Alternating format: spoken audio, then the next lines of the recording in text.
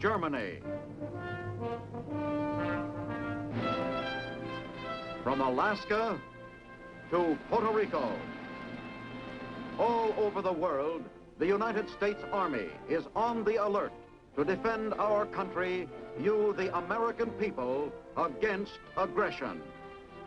This is the big picture. An official television report to the nation from the United States Army. Now, to show you part of the big picture, here is Sergeant Stuart Queen. In Korea, the aggressor's challenge was met and turned back by the united forces of the world's free nations.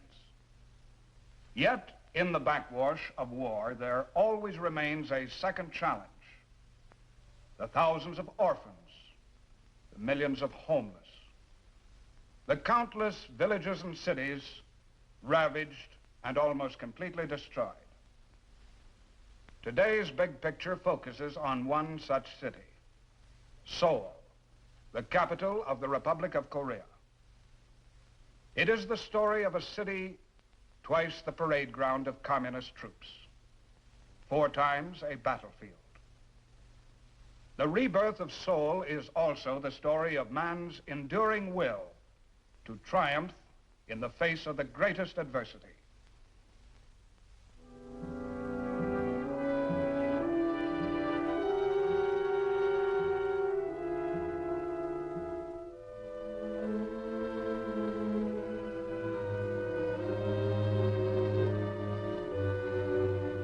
In the past 2 decades, the face of disaster, reflecting tragedy and despair, has become a familiar portrait in every quarter of the world. With but brief pause, war's grief has touched and scarred the people of every continent. No longer is the soldier the sole victim of battle. A nation's cities and towns are now prime targets. The casualties, civilians.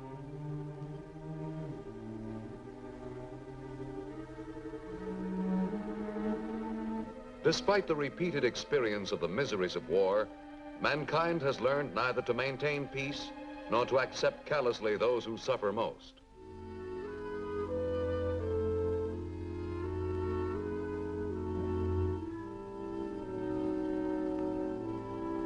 During the lifespan of the present generation, a new list of ravaged cities has been formed to compare with those of ancient history. Their very names are synonymous with ruin. Warsaw, Manila, London, Hiroshima, Berlin, and today, still another, 4 times crushed in less than 2 years, a city which refuses to die. Seoul, the Korean capital since the 14th century, the capital of South Korea since 1948, lies in a hill-surrounded valley. One of the most modern cities in the Orient, Seoul in the summer of 1950 enjoys a democratic form of government and an orderly existence. However, above Seoul, troops of the puppet North Korean government installed by the USSR are poised on the border. For some days, the communist radio has been urging the unification of all Korea. Now, on the 25th of June, with true communist logic, the North Korean forces go on the defensive by launching a sudden, unexpected invasion of South Korea.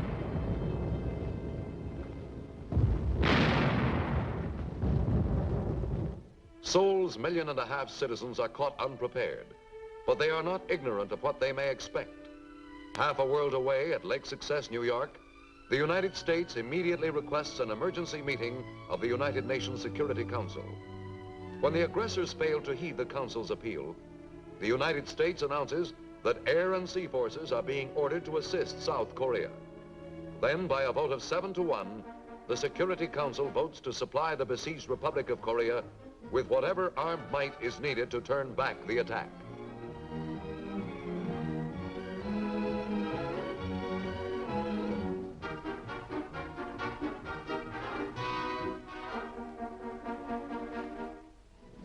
First to aid are American forces from Japan. 15 other nations meet the challenge by ordering troops to Korea. With this decision, the free world takes its first unified action in halting the tide of communist armed aggression. 2 days following the initial attack, communist troops are in the outskirts of Seoul. By every available means, Seoul's populace flees the beleaguered capital. Carrying whatever possessions they can salvage, the civilians travel every road and path.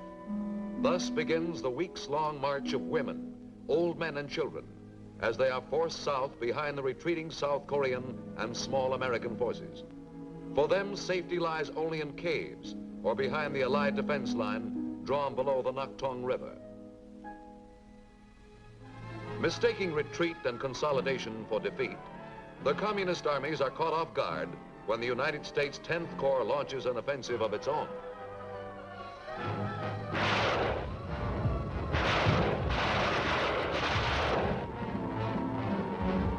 At Incheon, Seoul's seaport, an amphibious landing is made, cutting behind the North Korean troops battling to break through at Busan.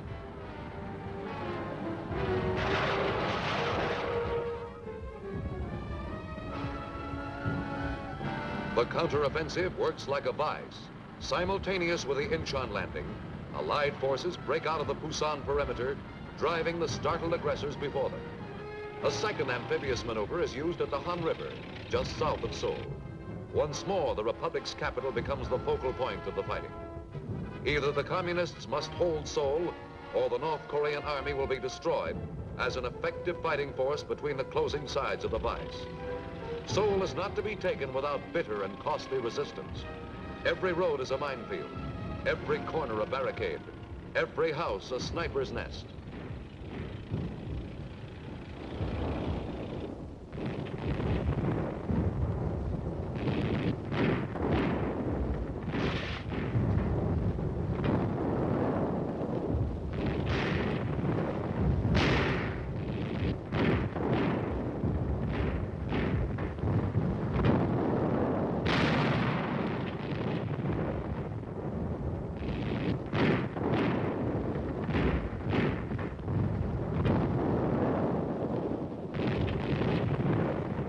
Less than 11 days after the start of the counteroffensive, Seoul is restored to its rightful inhabitants. To most Koreans, Seoul is more than a city or a home. It is a symbol of national pride and of the people's heritage. Even before the sound of fighting dies, the first refugees reappear. Few return to find their homes as they left them. The communist troops have lived off the land, sacking, pillaging, raping the city during their brief stay. But in the refugees' eyes, what remains can be rebuilt. Life can be resumed once more where it was so harshly interrupted.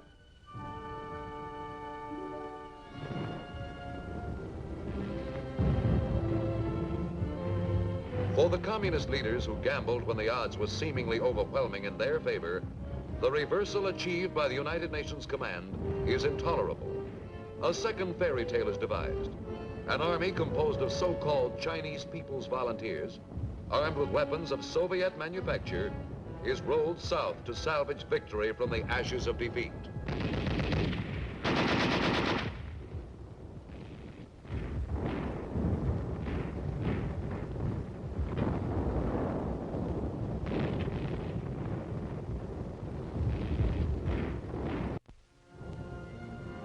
For the men who fought their way to the Manchurian border at great cost in blood and in life, the massive offensive launched by the Chinese communists comes as a cruel shock.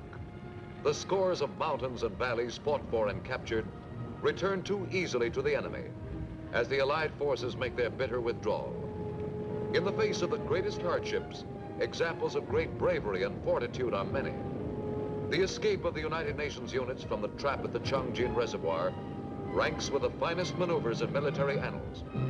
Under constant pressure from overwhelming numbers, the Allied troops fight south back from Pyongyang, from Munsan to Seoul and beyond. Again, battered Seoul becomes the scene of a mass exodus. Those who began the long task of rebuilding their city see their efforts wasted, their work destroyed. To most, the routes from the city are now familiar. The number of refugees is smaller this second time. The number of those who will return, smaller still.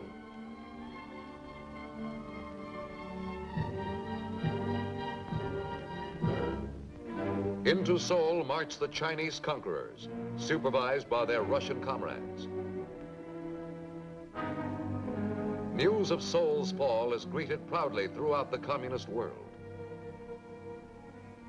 A new type of barbarism awaits the American servicemen captured during the Red Offensive. Months of imprisonment accompanied by subtle brainwashing and crude torture lie ahead.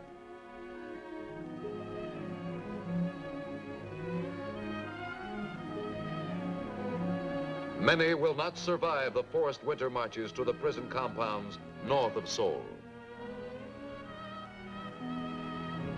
By breaking contact with the enemy and rapidly withdrawing to the south, the UN command forces the communists to extend their supply lines more than 300 miles. Less than a month after the Chinese invasion, the United Nations returns to the offensive from the defense lines 30 miles below the Korean capital.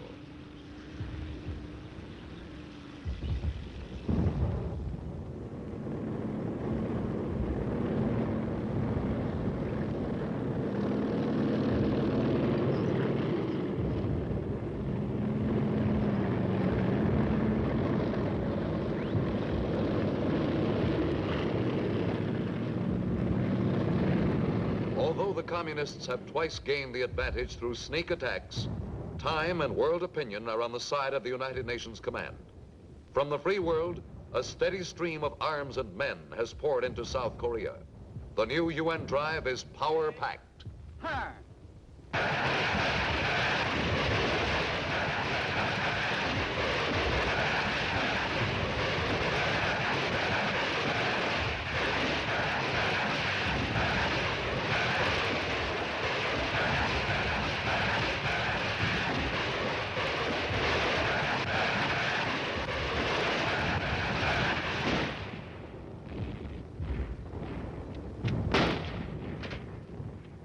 Now, for the fourth time, Seoul changes hands.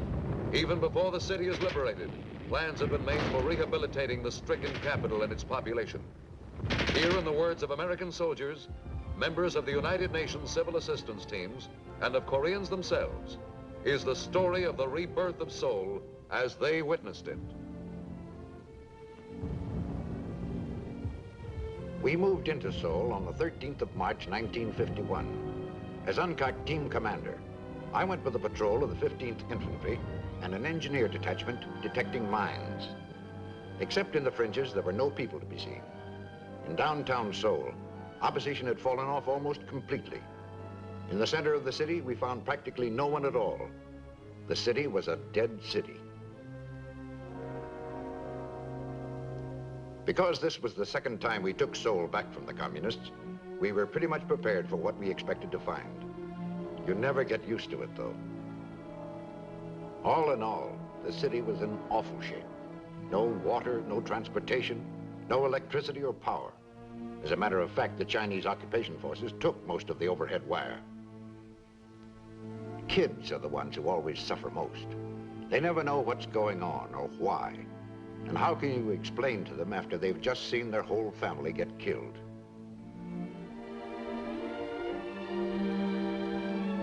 Seoul was in very bad shape as far as food was concerned. There just wasn't any.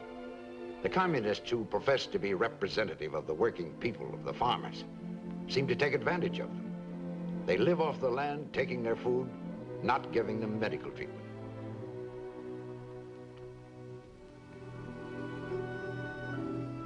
Everyone came back as soon as they could, a lot of them right out of caves.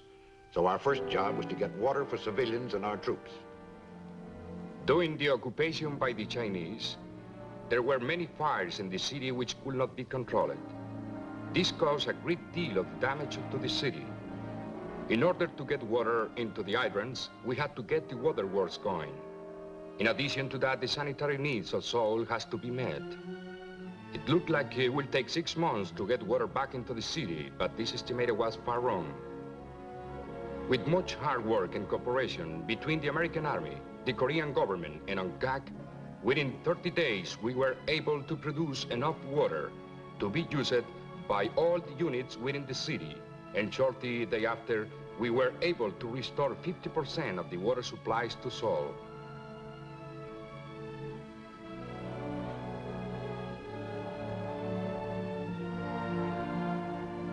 On the third day after our entry into the city, UNCAC started to move truckloads of rice into the city for distribution to the people.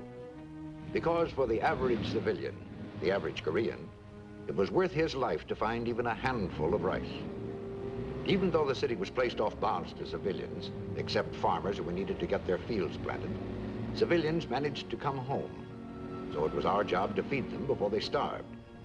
The trucks with food rolled into the city day and night, fighting against time.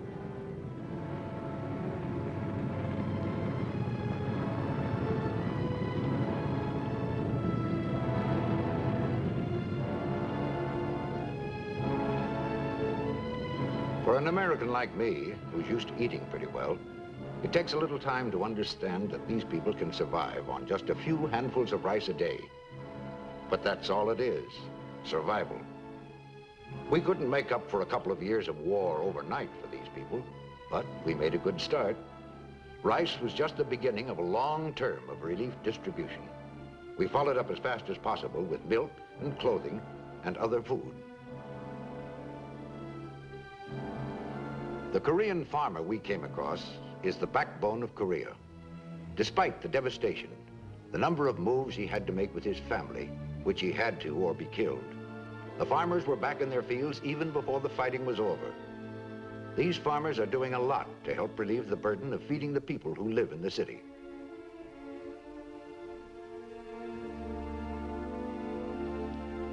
Next to feeding the people of Seoul, caring for their health, I would say, was the next problem.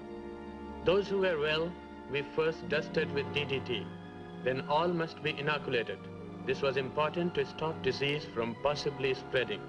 It would have been most dangerous for an epidemic to start under the conditions as they were. The inoculations were most successful, for no epidemics broke out in Seoul then or thereafter. When I and my staff were assigned to the hospital in Seoul, I was terrified a bit, I must say to start with. There were patients, there were patients. There were children, men, women. It was a mass of humanity suffering, much tuberculosis and many surgical cases. But we went to work, and as we worked, we trained more doctors and nurses in the methods we needed.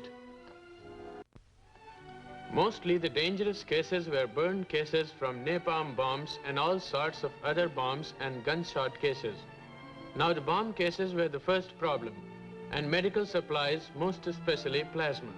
Well, we received the supplies and the plasma and the other things urgently needed.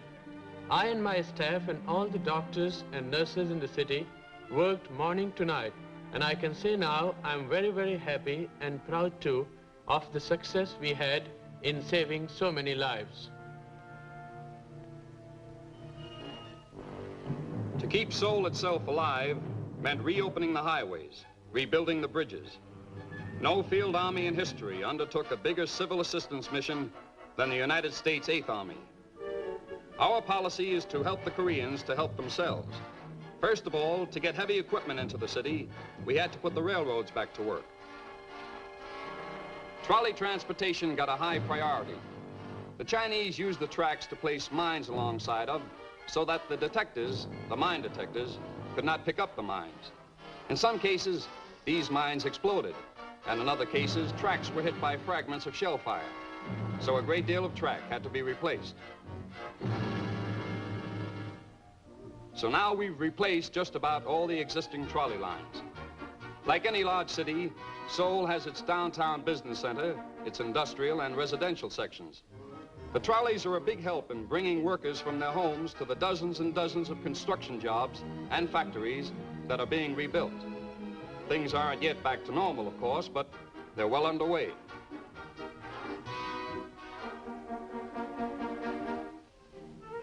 Most of us figure Seoul is one of the cleanest cities in the Orient. It's certainly the cleanest in Korea. Right from the start, the people started to work, rebuilding their homes and hospitals and other buildings with the same kind of determination they showed in wanting to get back to their homes in the first place. Even without modern construction equipment, they set to, and new buildings started to mushroom up almost overnight.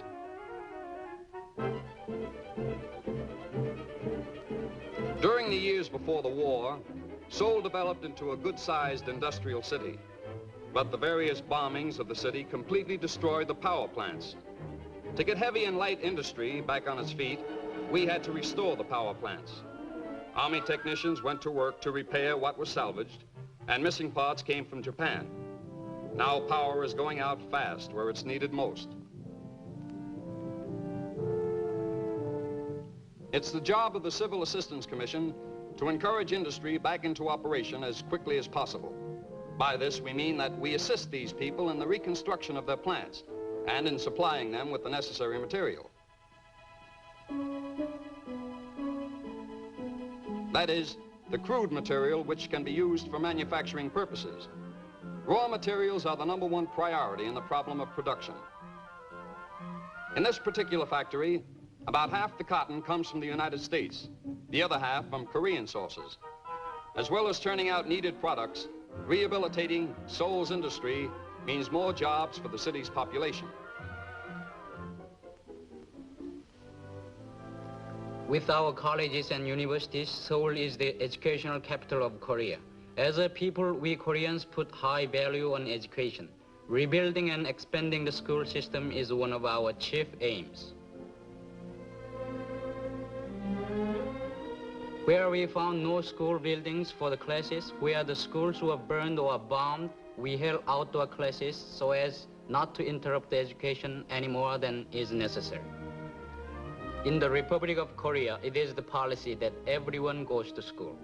By law, every child over 6 is entitled to full primary schooling. But we can now take only 3/4 of these children. Poverty prevents some parents from sending their children. In other places, there are no schools. But we are educating more children every day. Some children, the orphans, are less fortunate. These children are found sometimes in the streets, other times at people's doors who have no children. We have over 200 children at this orphanage alone. The poor little things have been many days without food or bathing. Some die on our hands. Other times we get them through all right, and it gives us great joy to see them happy again. Earlier, it was very difficult for us to nourish these children. But now, with the help of the American officers and men and the CAC organization, we have much pleasure of giving the children anything they want. We have only to ask for it, and we get it. If we need anything at all, we have only to ask, and the children get all the vitamins and anything that they need.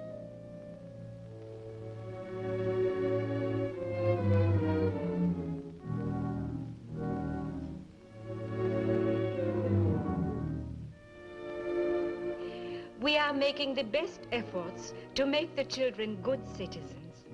But there are many, many of them who need support. And we do all we can. But with thousands of orphans in Seoul alone, there are thousands and thousands in all Korea. With God's help, we will help them to be happy children, and one day, good citizens.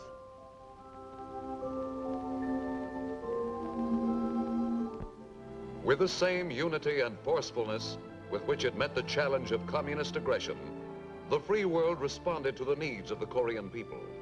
Food arrives from Australia and Cambodia, from Belgium and Cuba, from New Zealand and the Philippines, from Pakistan and Thailand, from Mexico and Greece. Clothing comes from Japan, Peru and Uruguay. From Great Britain, Nicaragua and Turkey come medical supplies. From India and Norway, from Israel and Sweden, from Denmark and Germany, Iceland and France. And from the United States alone, aid totaling nearly $500 million is received.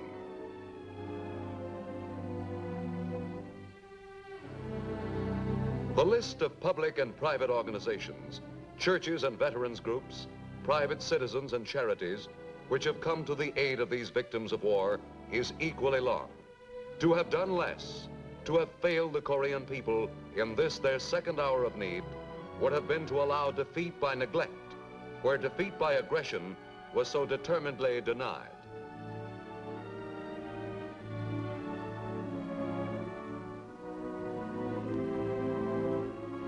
Today, from the seaports on the Yellow and Japanese seas, steady streams of urgently needed supplies pour into Seoul and other Korean villages and cities. The tools and machines of industry, the fertilizer and equipment needed to restore the land to fertility. the faster full rehabilitation is achieved, the sooner the Republic of Korea will become a strong, vigorous ally. Seoul today has regained much of its former stature among the national capitals of the world. The city is living testimony to what international cooperation for peaceful goals may accomplish. Where a few short years ago tanks rumbled, trolleys now pass calmly through the streets. Where snipers once hid, the housewives of Seoul calmly do their shopping. The rebirth of Seoul is one of mankind's truly great achievements.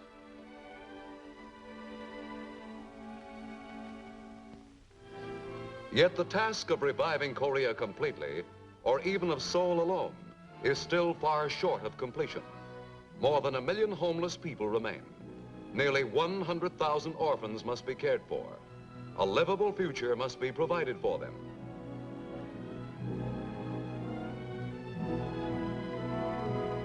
In the months since the first communist attack, the children of Korea have suffered much more than the rightful share of several lifetimes. All have met disaster as participants, not as spectators.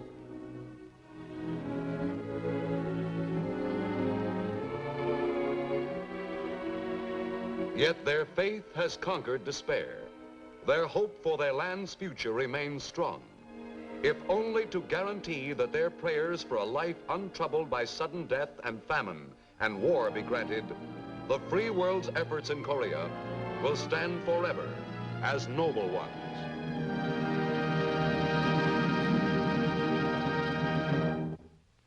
With other free members of the United Nations, the United States met the communist attack in Korea with bravery and sacrifice.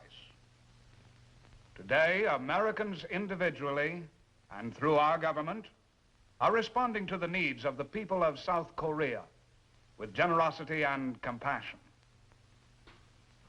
Now, this is Sergeant Stuart Queen, inviting you to be with us again next week when we will present another look at the big picture. The Big Picture is a weekly television report to the nation on the activities of the Army at home and overseas. Produced by the Signal Corps Pictorial Center. Presented by the U.S. Army in cooperation with this station. You can be an important part of the big picture. You can proudly serve with the best equipped, the best trained, the best fighting team in the world today, the United States Army.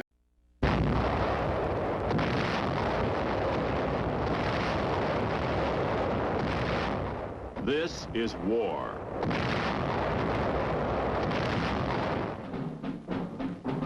War and its masses. War and its men.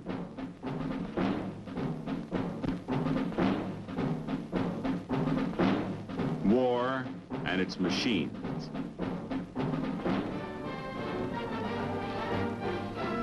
Together they form the big picture.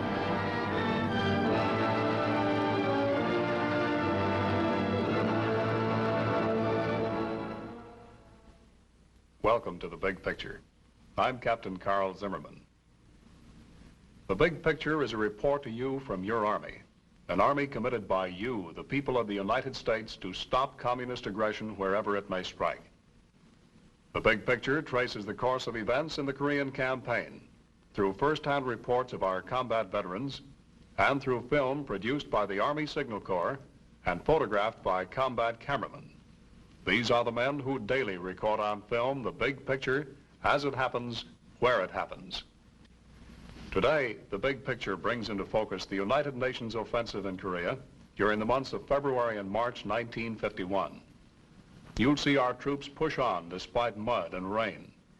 You'll see the Air Force give support to the 24th Infantry Division. You'll see units of the 25th Division cross the Han River. And later, you'll hear from two men, Sergeant William Taylor and Lieutenant Charles Wright, who both played an important part in the big picture. But now, let's go back to February 20th, 1951.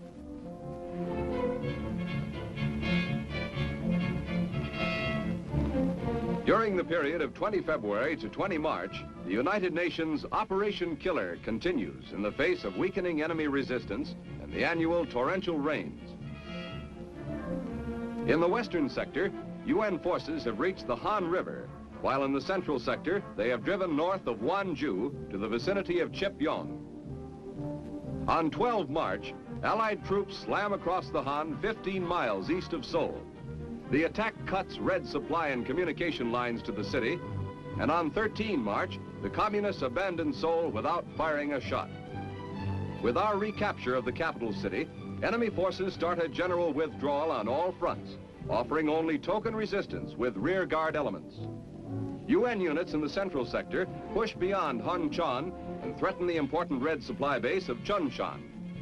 By 20 March, UN forces are closely massed across Korea in a general line 15 or 20 miles from the 38th parallel and continue their advance along all fronts.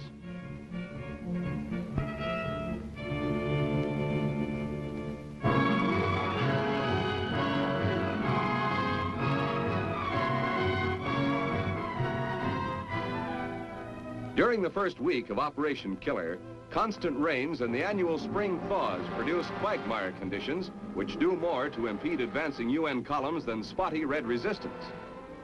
1st Cavalry Division elements grind slowly northward in the central sector above Wanju on the heels of communist rear guard units. The purpose of Operation Killer is identical with that of the UN's limited offensive of the preceding month. General Ridgway again emphasizes that enemy casualties are his main objective.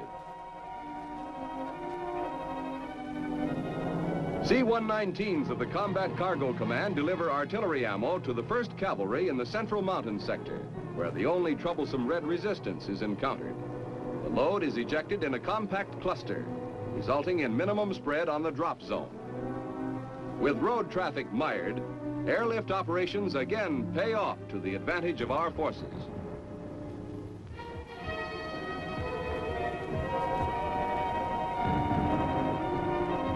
Nose fuses are screwed into place at an artillery forward position in the Korean hills. Powder increments are unpacked, ready for immediate use. The chain of supply ends as armored artillery batteries fire outgoing rounds at enemy held points in the wooded hills.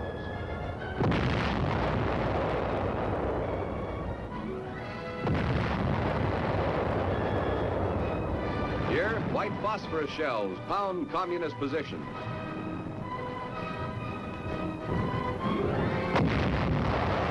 Air bursts hurl metal fragments into the enemy emplacements.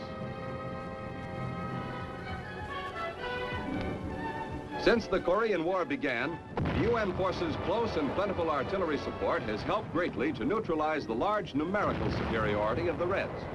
And here, artillery again softens communist defenses, clearing the way for the renewed Allied offensive.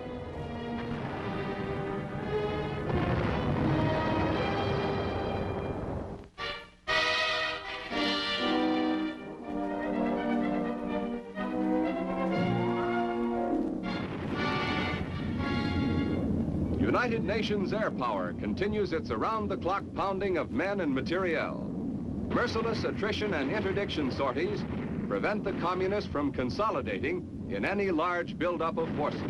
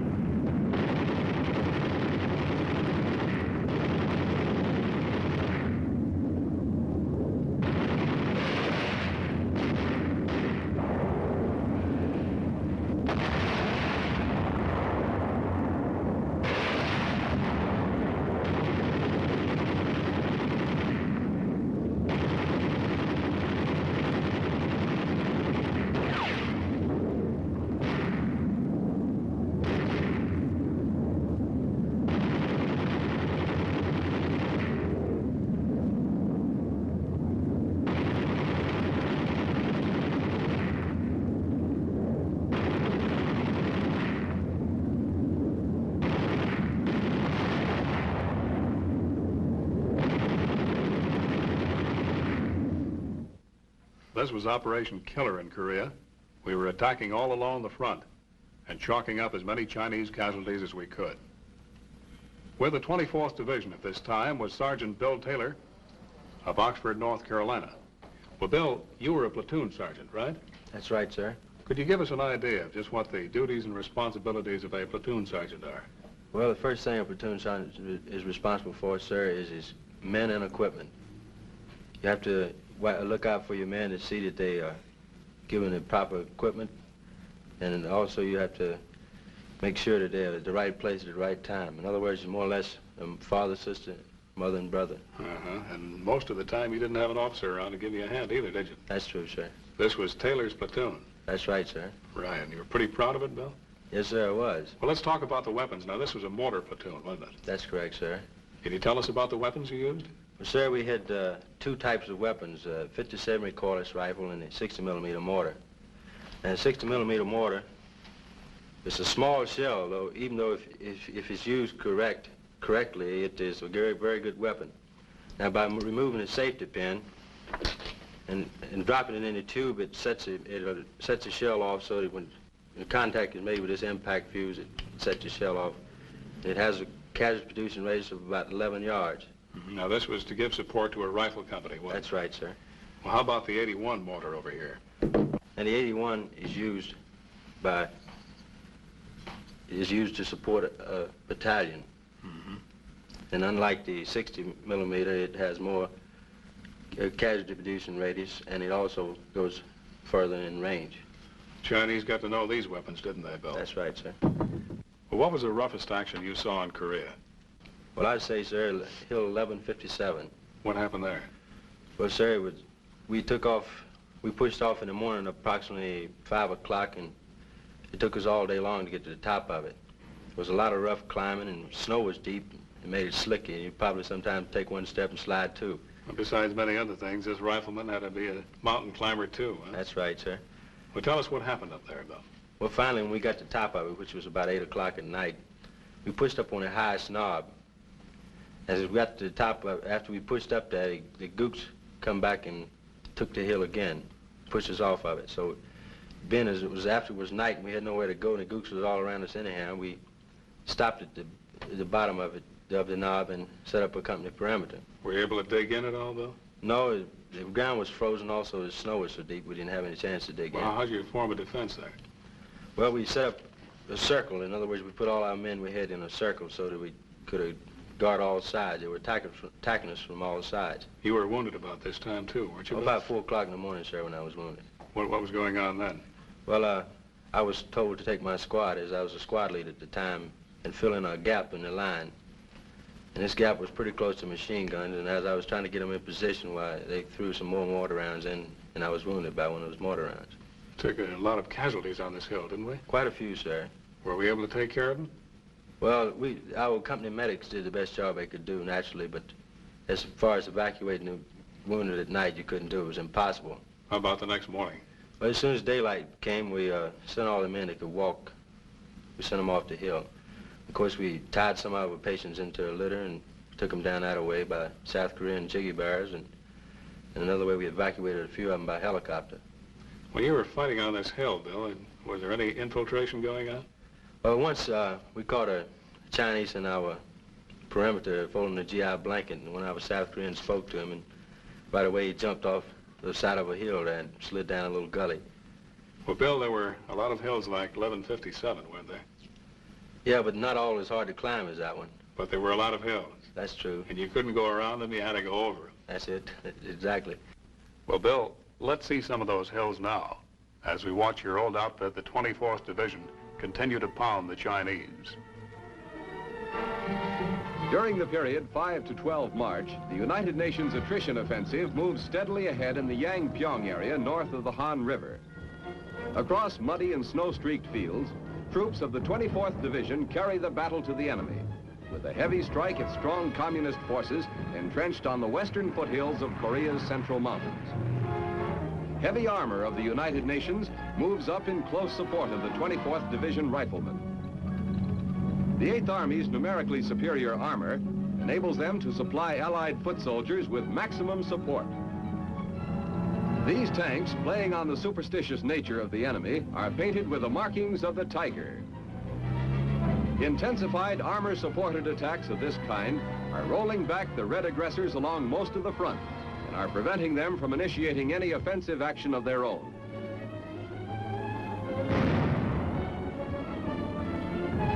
Assault troops advance to the objective through dense underbrush, where the Reds still hold out despite the heavy artillery pounding. The attack moves to the crest of the hill, and grenades are used to blast the remaining defenders from their deep holes and caves, which enable them to weather the pre-attack pounding. As our advance forces secure the heights, reserve units entrench themselves in the valley to consolidate the gains. 3 midweek Chinese counterattacks are turned back by the 24th Division here in the area of the Pukan River as the Reds attempt to outflank the 25th Division salient to the west. Other groups take time out for food and rest before resuming the attack against Red strongpoints established on the adjacent hills. In preparation for the present assault, a forward mortar position is excavated in the frozen ground halfway up the hill. The mortar is emplaced in this advanced location where it will be able to fire upon the enemy-held high ground.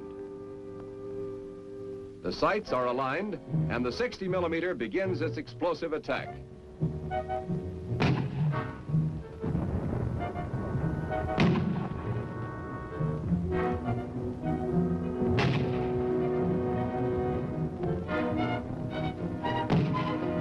A recoilless rifle is brought into action against the stubborn resistance. A machine gun lends its firepower as the advance gets fully underway.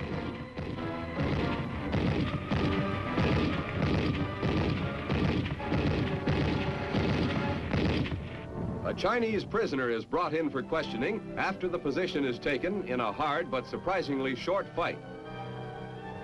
The PW is uncertain of what treatment to expect, and anticipating the worst, he warily eyes his captors as they execute only a thorough search.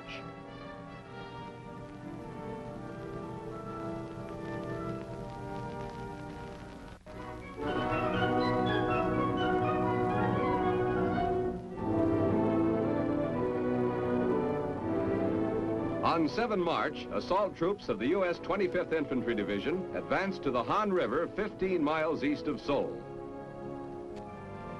Elements of the 27th Regiment take time out for food before resuming the advance.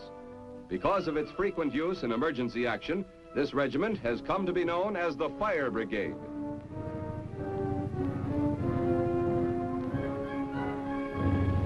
On the south bank of the Han, an engineer bulldozer clears an approach for a floating bridge to be erected across the river. This bridge will accommodate the medium tanks and other heavy vehicles.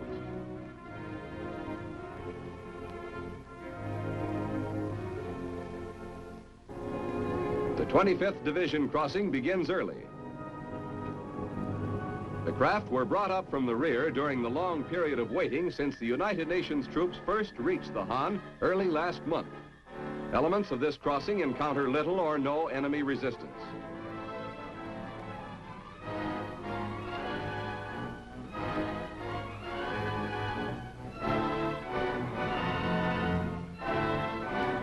Men of a heavy mortar squad prepare breakfast, but remain constantly on the alert.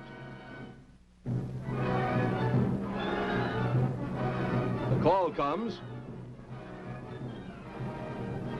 The command to fire is given, and the crew swings into action.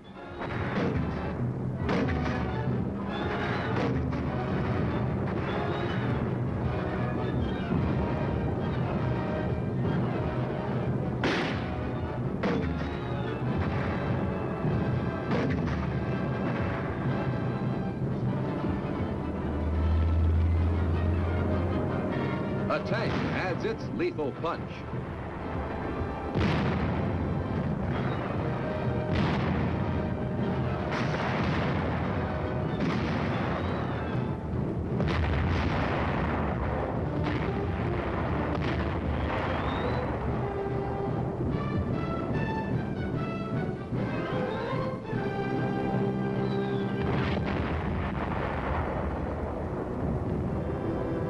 UN troops examine a deserted Chinese gun emplacement in the path of the advance.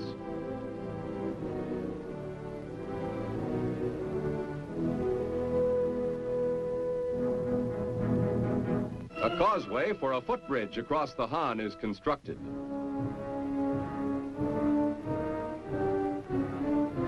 Ducks are brought up to accommodate a greater number of troops in the crossing. Later, they do double duty by bringing back Chinese prisoners. A short 2 hours after the initial crossing, U.S. engineers are well along in their construction of a footbridge. This bridge will provide additional means of crossing for larger groups of infantrymen.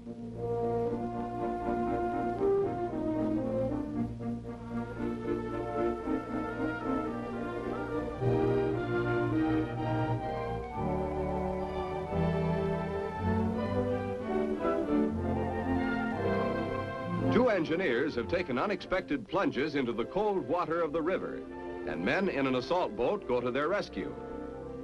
The accident doesn't seem to dampen the spirits of either man, and soon the footbridge is completed and in operation. By late afternoon, the entire 25th Division is across the river, and the day's objective is secured. The bridgehead is continually expanded, and by week's end, patrols are engaged in probing action 7.5 miles north of the Han. That's how the 25th Division made the difficult crossing of the Han River. Now, to give you a more complete report of the front at this time, here's an Army officer who served with the 1st Cavalry Division. We want you to meet Lieutenant Charles Wright. Well, Chuck, you're wearing the European theater ribbon. You saw infantry action in the European theater then during World War II, right? Yes, I did. Well, could you compare the two theaters for us, the European theater then and Korea? Well, in my opinion, the fighting in Korea is much rougher than the fighting was in Europe. And I'm borne out in that opinion, I think, by other veterans who have served in both the Pacific Theater and the European Theater in the last war, and later on served in Korea. Well, in what ways was it rougher, Chuck? Well, it was rougher mentally and physically, I think, on the people who were there. Physically, and as much as the country was so rugged, the terrain, of course, was all mountainous and very hard to climb. We had very poor road systems, so we had to carry practically everything on our backs. And then mentally, the type of enemy that we were fighting, of course, they're very fanatical people, and they don't mind dying to win a hill by the thousands. So consequently, we were so greatly outnumbered at all times that our men were forced to stay on the lines for prolonged periods of time, and it just actually wore them down mentally after a period of time. The Army's made a lot of improvements since World War II. Yes, there's been a great deal of improvement. The lessons we learned in World War II have been incorporated into what we call the new Army, and we have new weapons now, and improvements made on weapons that we did have in World War II. Of course, there's a great improvement also in our rations, our equipment, and things of that nature. This ration that I have here is a new ration which has just been issued to the troops in Korea, and it's called an assault ration. This is the ration a man receives before he goes into an attack, right? That's correct. This ration is very compact. As you can see, the cans are small. And it also is a very good ration. This makes up one meal, and if a man is going into an attack, he can put these in his pocket and carry them along without any trouble at all. Well, what do we have here, Chuck? Well, this is a cracker and cookie unit in this can. And this can contains some type of meat, and there is a great variety of different types. This particular one is pork and apple sauce. This packet here is an accessory packet, and it contains cigarettes, matches, chewing gum, coffee, sugar, can openers, and things of that nature. It's a very good ration. Yes, it is. Very complete, isn't it? Yes, it's very complete. Well, now, later on, he's backed up by more complete rations, isn't it? That's true. This ration doesn't take the place of his regular ration, but it's strictly a supplement, just to carry into an attack where you want to have something light and not be weighted down. Mm-hmm. Well, getting back to the 1st Cavalry Division, the action you saw, were you with them when the Chinese came through back in November of 1950, Chuck? Yes, I was with them at that time. Is that where you were wounded? Yes, I was wounded there and also captured for a short period of time by the Chinese. You see, our regiment was operating separately at that time, and we were surrounded completely by the Chinese and had a 12 to 14-hour battle. We were so greatly outnumbered that the battle went in their favor, and we were finally forced to withdraw. And the Chinese, as I said, were all around us, and they set up roadblocks on our routes to withdrawal. And I was eventually wounded several times, and being unable to walk, I was placed in a tank. And this tank later had to be abandoned, and because of my wounds, I couldn't keep up with the rest of the people, and I was captured by the Chinese. How long were you a prisoner, Chuck? Well, I was only a prisoner a very short time because I had a chance to escape through a freak, more or less, and I did make good my escape and got back to the American lines the next day sometime. What's the most important support your rifle company received, Chuck? In my opinion, Carl, it was artillery by all odds. Artillery is something that you can depend on at all times. You can get artillery on a moment's notice, and through the communication system that they have now, it's very fast and very accurate. They can get a lot of fire on a very small target immediately. Mm-hmm. Well, Chuck, we salute you and the men of the 1st Cavalry Division. But now let's get back to the story of the Korean fighting in March of 1951. By mid-March, the renewed United Nations offensive is rolling steadily forward, nearing the 38th parallel. Members of a 7th Division reconnaissance patrol strike northward through land from which the communist forces have been withdrawing rapidly, but in good order. The tank-reinforced patrol finds little opposition from the retreating Reds. Communist resistance, which had previously been stubborn at many key points, now seems to have collapsed in most areas. However, their withdrawal route is studded with anti-tank mines and booby traps.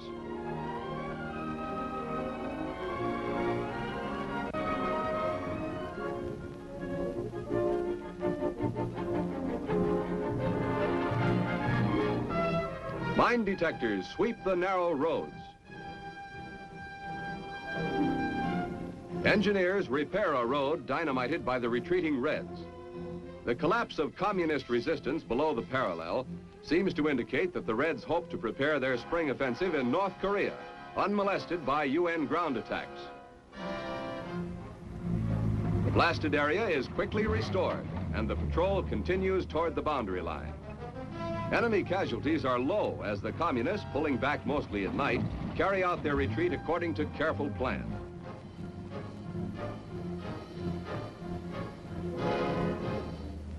In its dash toward the parallel, the patrol passes through many gutted villages, visual testimony of the toll of war.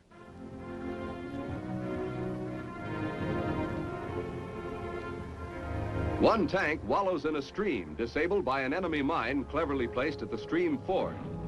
Although time is precious, an attempt is made to tow the disabled tank from the water. Operating on a strict schedule, the patrol is attempting to reach the 38th parallel and return during the daylight hours. The tank bogs down in midstream and has to be abandoned. Loose equipment and removable armament are quickly stripped from the derelict tank. Near the parallel, Red rear guard positions are raked with 50 caliber fire.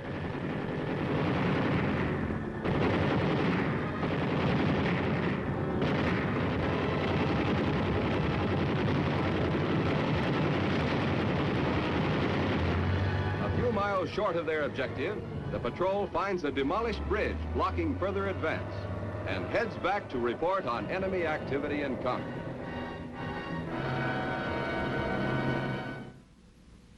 Those were the events that comprised the big picture from February 20th to March 20th, 1951. Our thanks to Lieutenant Charles Wright and Sergeant William Taylor for being with us. Next week, the big picture will again show the United Nations offensive. You'll see our paratroopers landing near Munsan. You'll see Republic of Korea troops in action.